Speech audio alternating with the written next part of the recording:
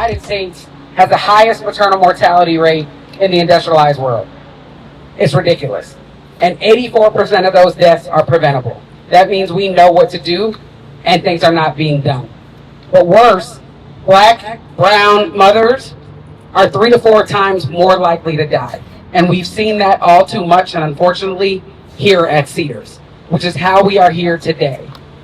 Kira Johnson died tragically and needlessly at the hands of Cedars. And we are here today in her honor and in honor of all the mothers that have continued to be treated unfairly. We are calling for the just treatment of all mothers. Black and brown mothers are mothers too. We are a pro-life country, so we've got to treat our mothers to make sure that they can bring that life into this world. It's time to call Cedars on what they are not doing. Yes, they came to resolution with the Office of Civil Rights at the last minute. But what's not included in that is accountability, admitting that they have a problem. So we're here today calling on that accountability. We're here today to call for immediate suspension of at-fault providers and make them drive a zero-tolerance policy for racism and discrimination. We want independent community input and oversight with mandatory minority patient inclusion. That means they need to answer to the community and the public, not to their board of presidents and trustees. We need funding of minority organizations that are in this fight to ensure maternal mortality ends. Yes. Cedars received over $1 billion in federal funding. We're calling for 20% of that to be given back to the community to ensure that maternal mortality comes to an end. We're asking for independent oversight of improvements to the Office of Patient Advocacy, so when mistakes happen, known mistakes happen, discrimination happens, it doesn't fall on deaf ears and the people who are being paid. Yeah. It needs to come to the community and oversight to make sure it stops happening. We need equity, metrics, and leadership evaluations. So how do they get paid? It needs to be tied to the outcome of the patients and making sure that this tragedy stops. Yes. Yes. We need comprehensive cesarean guideline reform. Stop sending everybody to get a C-section. They don't need it. It is an unnecessary surgery, but they make the most money. That's not the way the medical community is supposed to work. And we need details and improvements on their commitment to integrated care models. The doulas and midwives need to be at the table, and we need to come together as a community. The United States is one of the only countries that doesn't use midwifery first as a model, and we have the highest. Something is wrong. We need to bring that back. Doulas need to have access to all areas with their patients. That's postpartum included, as well as in surgery. These are just some of the things that we are calling for. But that's why we're here today. And today we're going to hear from victims. We're going to hear from advocacy organizations. We're going to hear from the people on the ground doing the work, because we're here to make it stop. And so I'm proud to be your MC for the day. I'm Gabby Albert. I'm the executive director of 4Kira4Moms. And Cedars, we're not going anywhere. You got to come meet us, and we need to come to agreement, and we need to make this stop. And so we're going to have some brief words from what I like to call the father of the maternal mortality revolution, Charles Johnson himself, who has dedicated his life to making sure that his wife Kira's death was not in vain, and that his sons do not inherit the mess that this nation has in terms of maternal mortality. 84% is preventable. It's time to call to an end, and we are here today to say, how do we do this by 2030? In 5 years, let's make it stop. Yeah. Charles? This one. Thank you, Gabby. I'm going to be brief because I'm going to step out of the way and let you hear from some of the people that inspire me. But first of all, I want to thank all of you all for being here. All of you all for being here. I'm so extremely grateful for the support. Y'all are just relentless advocates. You answer the call, you step up. But here's the deal. Almost 9 years ago, I walked into this very hospital. for what I expected to be the happiest day of my life, with a woman that was in exceptional health, expecting to welcome our second very healthy baby boy. What happened that day is something that I still cannot wrap my mind around. My wife's death, and we'll talk about this a little bit later, was 100% preventable. She is not alone. Right here in our country, we are failing mothers, but importantly, Cedar Sinai, the rabbit hole goes so deep, and enough is enough. Enough is enough. This institution not only robbed me of what is most precious, but it is robbing families day in and day out. This is not just about health equity and racism. This is about a culture that harbors sexual predators like Dr. J. Barry Brock, who have sexually assaulted over 160 women, while Cedar Sinai knew about it. Enough is enough.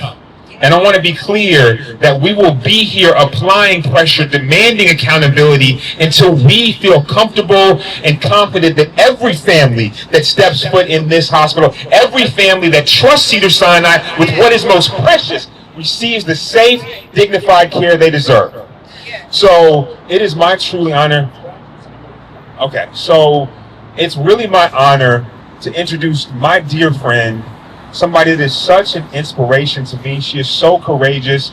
She actually has been fighting for this long before a lot of people knew that it was a problem. Kimberly is so courageous. She is such a fighter, and what she went through, no family should have to go through. And what I want you to understand is that it's too late for me. It's too late for some of these families. It's too late for Kimberly's. Her life will forever be affected. But the highest honor that I can pay Kimberly, the highest honor that I can pay all of these amazing birth workers, the highest honor that I can pay my wife is to do everything that I can, whenever I can, to make sure that these things never happen again. Never happen again. And so with that, it's my honor to introduce my dear friend, Kimberly Turpin.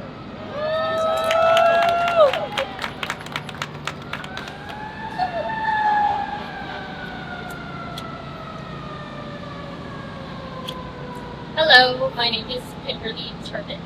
I'm a patient advocate in the state of California. My name is Kimberly Turpin. I gave birth at a hospital in Cedar Sinai in 2013. I had no complications, no issues, or anything. I met my doctor the day before I was to give birth, and basically I go in. I thought I'm gonna videotape like a happy birth video, and it turned into a horrific disaster. I have a little bit to share with you today, which will be the transcripts, because I videotaped my birth, and it pretty much begins with me in the bed pushing, and the nurse says, "Cinco de Mayo, baby. Wow. Your baby's gonna come out with a sombrero." And to translate that in Spanish, she basically tells me, "Oh, tú vas a tener un bebé de 5 de mayo, va a salir con un sombrero." At that moment, I didn't know how to digest that. I was like, okay, well, whatever. We keep going, and Dr. Abazi, which I'm allowed to say his name, he tells me, "Shut up. If you don't like it, go have the baby on the floor or go have it in Kentucky." So the doctor says, "Cállate.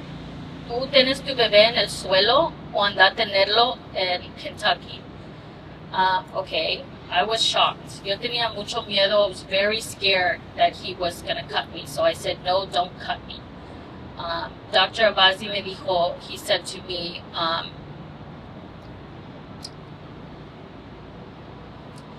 "I don't care, I'm gonna cut you anyway." He cuts me 12 times. Anyways, what I realized that day was that I went home, I was in a lot of pain, and I went to go retrieve my medical records. And when I went to go receive my medical records at Cedar Sinai, they gave me the medical records of another patient, basically another Mexican 26-year-old that gave birth that day. It's that this family, their patient, their baby was deceased. And he wrote on the medical records that he covered the baby in a blanket and handed it over to the couple, and that they left psychologically okay. And I had the baby and the baby Bajorn, and I said, these are not my records. I didn't even leave psychologically okay, so I can't imagine how they left the hospital. So I was kind of like, this isn't me, and medical records was like, well, you know, it is what it is. And I said, I have my birth on video. You can see it right here. And they saw my video. Everyone covered their mouth. They were completely horrified. And then they told me something that will never leave my head. And it was like, well, that's how Dr. Abazi is.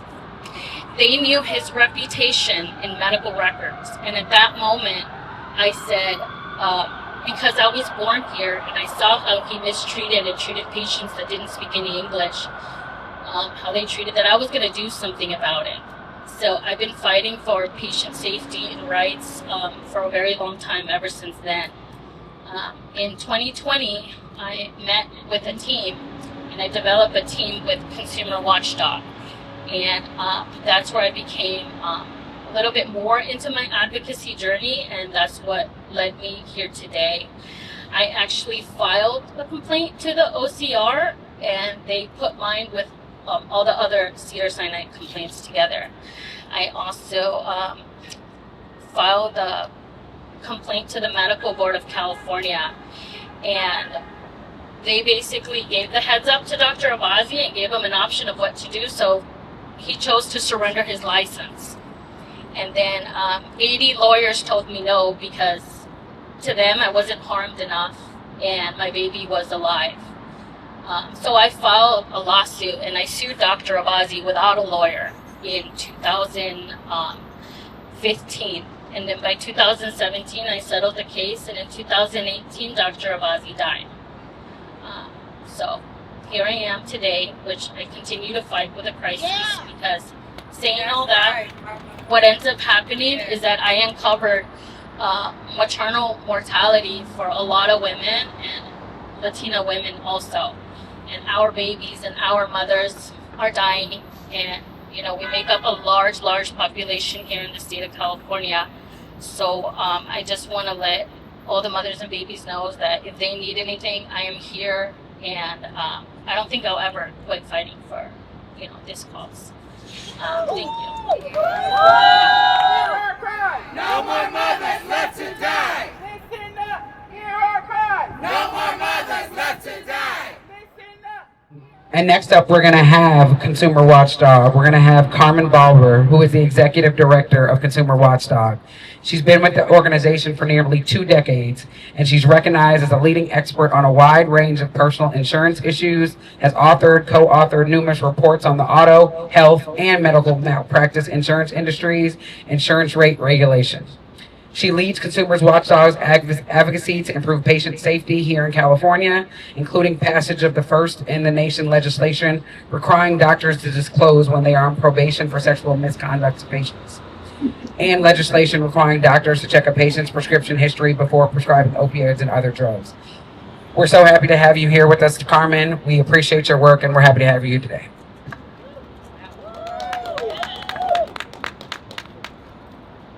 Hi everyone. Thanks Kim for telling your story, and Charles for having the courage to come louder. Thanks. For having the courage to come out and speak and share these traumatic stories to make change. My name is Carmen Balber. I'm the Executive Director of Consumer Watchdog. We are a nonprofit consumer organization that advocates for stronger patient safety laws and equity in healthcare. Medical negligence is the 3rd leading cause of death in this country, and patients of color experience the brunt of that harm. That's why Consumer Watchdog works with families across the state to advocate who have been harmed by medical negligence and experience bias and racism in healthcare, to advocate for change and strengthen patient protections. We're here today because accountability is how we get safer patient care. And that means not just accountability for past failures, like we're talking about here, but accountability for putting in place systems that protect patients in the future. Because what happened to Kira Johnson is an outrage, and what happened to Kimberly Turbin is an outrage, and what happened to the 160 women who recently filed lawsuits accusing a Cedar Sinai OBGYN for 30 years of sexual assault and abuse is an outrage. We're all disgusted by this activity. But what is an even worse outrage is that Cedar Sinai allowed these serial offender doctors to keep harming women. And that's unacceptable. So we are glad that the Office of Civil Rights initiated their investigation, and they shone a light on this pattern of abuse at Cedar Sinai, Cedar's failure to protect the health and safety of moms, particularly women of color. And we support the Office of Civil Rights agreement with Cedar Sinai. It's a small first step, but what that agreement did not do is ensure accountability at Cedars. And that's what we're missing. What the family stories here today show us is a pattern at Cedar Sinai of ignoring safety complaints and sweeping concerns of abuse, harm, and problem doctors under the rug. And that is an even bigger problem here in California because the doctor accountability system and the hospital accountability system is broken. We have a medical board that takes years to investigate complaints about dangerous doctors. So that means if you go to Cedar Sinai, you file a complaint and they sweep it under the rug. Then you go to the medical board, the state of California, and file a complaint, and they take years to investigate it. Then when they finally do act, they either give the doctor a slap on the wrist or an out, like what happened in Kira and Kim's cases. Then we are not protecting women from doctors who cause harm, and that's unacceptable. So that's why we're so proud to be here standing with these organizations, with these doulas and women who are supporting women, and all of the families who are telling their stories to call for action, concrete action from Cedar Sinai to protect families, to ensure equitable maternal health care, and accountability for all patients. So what happened to Kira and Kim and all of these families never happens to another. Thank you. Shame on Cedars! Shame on Cedars! Shame on Cedars! Shame on Cedars! Shame on Cedars! Shame on Cedars! And so next up, we have another partner. We've got Earth with Kimberly Seals and Keisha Hernandez. Keisha is the LA Community Engagement Regional Coordinator for Earth. She is a birth and postpartum doula, a childbirth educator, and breastfeeding advocate for families within the LA area. Kimberly Seals-Allers is the Executive Director of Narrative Nation, a New York City-based technology and media nonprofit, and the founder of Earth, the #1 app for Black and brown parents to find and leave reviews of maternity doctors, hospitals, and pediatricians. A former senior editor at Essence, Kimberly is also the author of 5 books and a host of the Birthright podcast. And what they're going to do today, because of the work of Earth, they're going to give us the actual state of Cedar Sinai and what the Black and brown community is saying in terms of reviews. So they're actually collecting the data so that we can hold Cedars accountable. Thank you, Kim. Kira should be here. We know that April Valentine, who died last year at Centinela Hospital, should be here. All over the country, in New York City, Amber Rose Isaac, Shaisha Washington. Too many Black women are continuing to die when they go into the hospital simply to bring life into the world. This is unacceptable. Unacceptable. Our solution and our approach is really all about how do we protect each other, right? How do we use technology so that we can share our stories, not just here, but in a digital platform that allows us to generate data, that allows us to bring hospitals into an improvement program, and allows us to hold them accountable. So we've built the first and only Yelp-like app just for Black birth. We invite people to leave reviews of their OBGYNs, birthing hospitals, and pediatricians. Now, what happened to Kimberly and Kira and so many others? If it wasn't in the news, how would we know? How would we know? We need our own tools so that we can leave our experiences. And just because we didn't die or nearly die doesn't mean that we have the experience that we deserve, right? We really have to raise the bar. This isn't just about not killing us. Thank you for not doing that. But this is about us really receiving the experience that we deserve. And so how do we take a Yelp-like platform? I don't know how many of you all are going to a 2-star hotel or restaurant on purpose, But we know that we can actually hold folks accountable, drive ourselves to other places, and keep each other safe. And this is really what Earth is all about. So we're so excited to be a part of how we can just, in one way, keep hospitals accountable, really push for systems change. Let's be honest, the system wasn't built for us anyway. And so how do we now center Black and brown voices as the way forward? I want to invite Keisha, who works for us here locally on the ground, just to share a little bit about her work and the ways that we're engaging community. And then we really want to share with you what we're learning, what we're finding in the Earth app, what we've learned about experiences at Cedars and in the Los Angeles area. Yes, thank you everyone. My name is Keisha again. I am a doula on the ground as well as a maternal health advocate, and what we're doing on the ground is making sure that families are feeling like they are informed when it comes to their birthing experience, they are informed when it comes to their postpartum healing experience, and that they feel like their voice matters. What we love about this app is that we are amplifying Black and brown voices. We are talking to moms, dads, sisters, cousins, aunties, grandparents about the value of their story. We are also providing intergenerational healing as well as we are out in the community.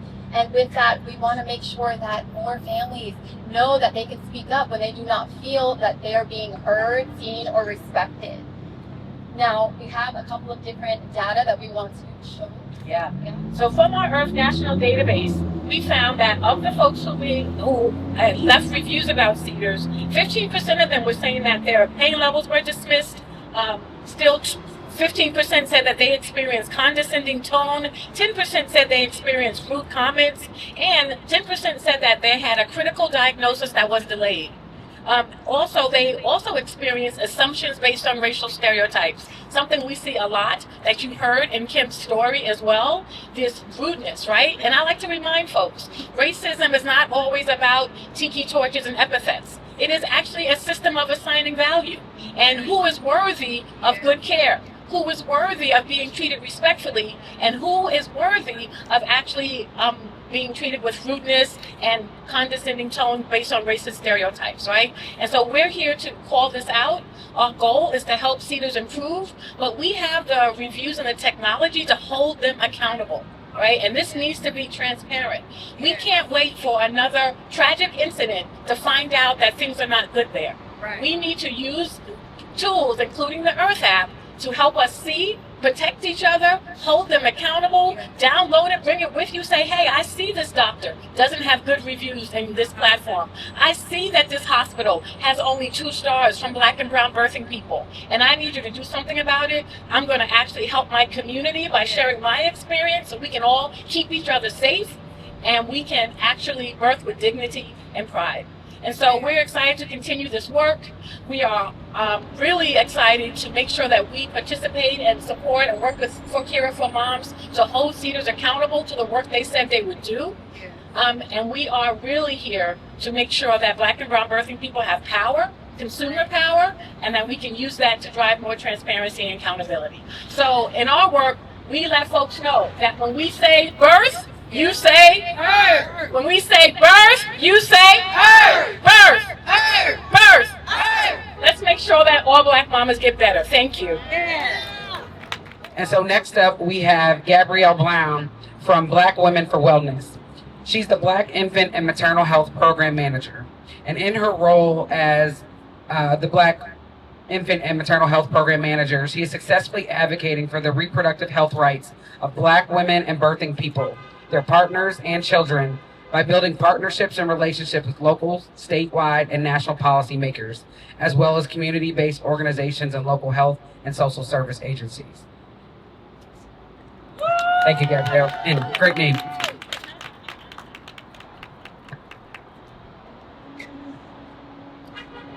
Good morning, everyone. We gather here today because we refuse to accept a system that continues to fail Black women, Black mothers, and Black families.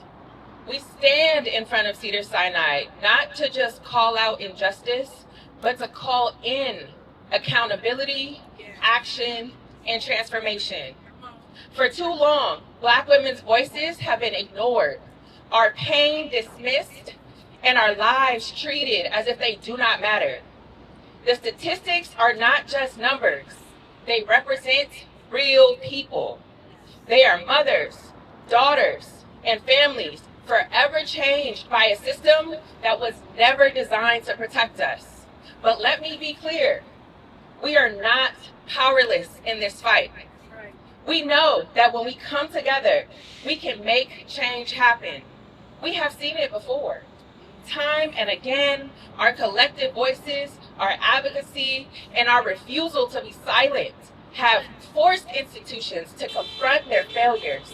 And today, we bring that same power right here to Cedar Sinai. We are not here just to raise awareness. We are here to demand solutions. Thank you to Charles Johnson and 4Kira4Moms for leading the fight and laying out clear demands to ensure Black mothers receive the care they deserve. Cedar Sinai has a choice: to continue ignoring the harm inflicted on Black women, or to take real, meaningful action to address it. To every Black mother, every Black family, every Black patient who has ever felt unseen or unheard in a hospital room, we see you, we hear you, and we are here to fight for you. And to those inside this building with the power to change this system, we expect you to do better. This is not just a moment, it is a movement. We stand on the shoulders of those who fought before us, and we are paving the way for those who will come after us. Black women will not continue to die preventable deaths. Black families will not continue to grieve in silence. And we will not stop until justice is not just promised, but delivered. Black women deserve to live. Black families deserve to thrive. And change is coming because we are the ones bringing it. Thank you. Thank you, Gabrielle. Emma Robertson, Mind Body Birth LA. She's the co-owner and health equity director for Mind Body Birth LA. She's a maternal health activist, a birth worker, a holistic root doctor, and community justice doula, and most of all, a proud mother of 5. Thank you, Tam. Okay. Come on, Dan. I'm just going to take a moment to speak to my community. Family, I stand before you today with a heavy heart. I just came back from Montgomery, Alabama, the birthplace of modern gynecology, due to the experiments conducted on enslaved Black girls without anesthesia or consent, a land soaked in the blood, sweat, and prayers of our ancestors. I stood where they stood. I felt what they felt, the weight of the struggle that stretched beyond their lifetimes, and now I stand here in front of you feeling that same weight. We are here today because people are still dying, because Black women and brown women and birthing people are still being ignored, dismissed, and harmed by a system that was never built to protect us. Because we are still screaming the same truths that our grandmothers screamed, our midwives screamed, our freedom fighters screamed, and yet the system remains unshaken. But we are not unshaken. We are still here. And that means something. That means everything, really. Cedars already knows our demands, so I won't waste another breath begging institutions to recognize our humanity. Instead, I want to speak to you, the mothers grieving babies they should be holding, to the families left with pain instead of answers, to the birth workers fighting to hold us together, to all of us, because this fight is ours. They want us to believe we are powerless, but if y'all look around, this is power. Community is power. When they failed us, we hold each other up. When they neglect us, we care for one another. When they refuse to see us, we remind each other that we are here and that we are worthy and that we will not stop fighting for one another. I may not see the world I dream of in my lifetime. Come on, Tim. And that truth breaks me. But if I can help build it, if I can make it just a little safer for my children, for your children, for the next Black mother who walks into hospitals demanding to be heard, then I will not stop, and neither can you. I do it because my ancestors did, knowing they might not see freedom that they fought for, yet they fought anyway. I do it because hope is not passive. It is an action in the face of impossibility. And because silence is not an option, because even when change feels distant, truth must still be spoken. Because revolution is seated in moments like these where someone in the crowd might hear something that stirs them awake. We are one, we are all we have, and we are enough. And that is why we stand here today, not in despair, but in resistance. Not in weakness, but in power. May we remember always the system is not our savior. We are. Now we must make them feel us. Ashe. If there's any other victims here in the audience, we're more than welcome to have you speak. And if not, then we will have Charles Johnson close us out.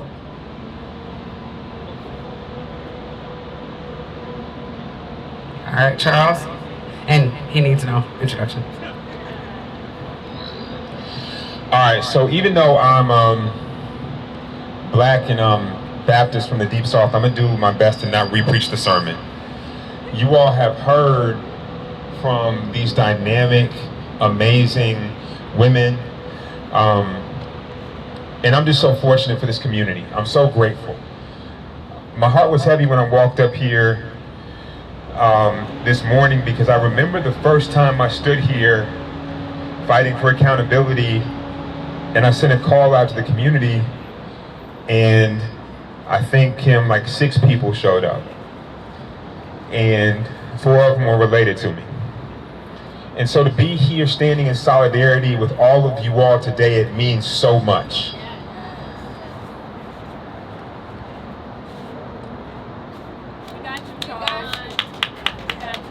Tam said something to me last night that, and even she shared it with you all today, and it really just shook me to my core. And what she spoke about was her wondering if she will see the change that she's fighting for in our lifetime.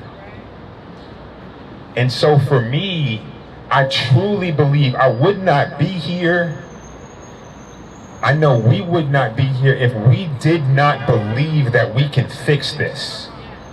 And for all of you all who are on the front lines fighting day in and day out, what I want you to understand is this work is so honorable and it's so important, because what you are doing, Tam, what you are doing, Keisha, what you are doing, Kimberly, what you are doing, Aja, what you're doing, Carmen, what all of you all are doing is simultaneously honoring our ancestors while paving way for future generations. And what better work is there than this? We understand that it's tough, but we refuse for this to be a problem that our children inherit. I refuse for my boys to fear that what happened to their mother will happen to their wives. I refuse for Kimberly's family and her children to carry this forward. This ends with us. And I want to be clear that this is about so much more than just Cedar Sinai. This is about hospital systems across this country that have to make a decision, because the reckoning is coming. Either you are going to come to the table intentionally dismantling these systems of institutional racism, or we're going to drag you to the table. You have to make a choice. Are you going to be exemplary? Are you going to open your doors for people like Earth who have solutions that can help you understand your community? Or are you going to continue to turn a blind eye? The choice is yours, right? I would not be here. At the end of the day, we get a lot of press and we get a lot of attention for the systems that we're seeking to destroy and tear down. But at the end of the day, I want our legacy, I want Kira's legacy to be what we have rebuilt together. A system that makes sure that every single family, every single mother, regardless of who you are, where you're from, how much you have, receives the safe, dignified birthing experience they deserve. Right? And as long as there's breath in my body, I will continue to fight to make sure that every mother, every family receives exactly that. And so, I want to be clear that I will continue to apply pressure until not only Cedars, but our country wakes up to the fact and just meets families with what they deserve. Thank you all so much for being here. I'm so incredibly grateful for your support, for your love. Let's keep applying pressure. Peace and love, everybody. Thank you so much. I want to make one other thing. Hold on, y'all. I'm sorry. I didn't mean to come back out like an encore. But this is important, too. One of the things that's very critically important is we all know that we've gone through a leadership transition in this country, right? And there's a lot of things that are being cut, a lot of things that are being washed away. They are working aggressively to erase our history. They have somehow determined that words like diversity, equity, inclusion, the things that make our country truly great, are now dirty words. And as we call on not only Cedar Sinai and hospital systems around the country for accountability, we are calling on the Trump administration to continue to fund and prioritize the Department of Health and Human Services, who provides critical assistance in programming, but also very important and very specifically, we are calling on the Trump administration, we are calling on Director Kennedy to continue to fund the Office of Youth and Helmets, y'all cut that. We're continuing to call on the Office of Health and Human Services to continue to fund the Office of Civil Rights, right, that conducts important investigations into hospitals like Cedar Sinai. So once again, we are calling on the Trump administration to continue to fund the Office of Health and Human Services, right? Tongue twister. As many times as I've said it, you think I get it right. To continue to fund this very important work. So once again, we're so grateful for all of you all. And I'd also like to call on them to not only fund it, but to sit down. It doesn't have to be me, but they need to sit down. He's signing so many executive orders. He needs to sit down and sign an executive order that demands a maternal health care task force, right? Assembled of community workers that's informed by the community, right? Because if you want to make America great again, that's arguable about whether it's been and when it's been great. But if you want to ensure that America is great, you cannot do that without ensuring that every single mother in this country has a safe, dignified birthing experience.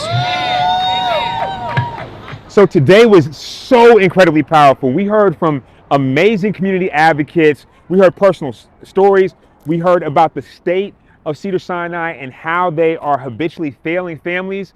Change is coming, I promise. I promise. But most importantly, we got a chance to lay out our solutions. This is not just about holding Cedar Sinai accountable. This is about sending a loud, definitive message to hospital systems around the country that if you are not taking intentional steps to dismantle cultures of institutional racism, you are complicit, right? And so the reckoning is coming. The reckoning is coming, I promise. So there are families out here that are depending on us to get this right. And with your support, we will ensure that every family in our country receives the safe, dignified, respectful care they deserve. Thank you so much for your support. See you soon.